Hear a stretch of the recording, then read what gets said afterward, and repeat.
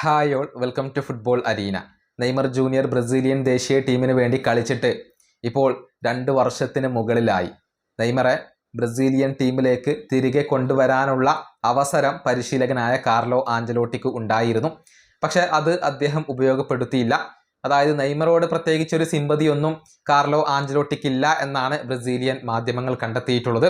മികച്ച രൂപത്തിലേക്ക് മാറാതെ, അതല്ലെങ്കിൽ ഫിസിക്കൽ ഫിറ്റ്നസ് 100% കൈവരിക്കാതെ നെയ്മർ ജൂനിയറെ ടീമിലേക്ക് ഉൾപ്പെടുത്തില്ല എന്ന നിലപാടിൽ തന്നെയാണ് കാർലോ ആഞ്ചലോട്ടി ഉള്ളത്.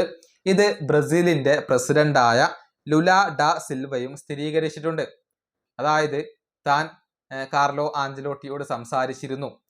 പേരുകൊണ്ട് മാത്രം താരങ്ങളെ ടീമിലേക്ക് എടുക്കില്ല എന്ന നിലപാട് കാർലോ ആഞ്ചലോട്ടി തന്നോട് വ്യക്തമാക്കിയിട്ടുണ്ട് എന്നാണ് ബ്രസീൽ എന്ന രാജ്യത്തിന്റെ പ്രസിഡന്റ് ഇപ്പോൾ വ്യക്തമാക്കിയിട്ടുള്ളത്. അദ്ദേഹത്തിന്റെ വാക്കുകൾ ഇങ്ങനെയാണ്: ഞാൻ കാർലോ ആഞ്ചലോട്ടിയുമായി സംസാരിച്ചിരുന്നു.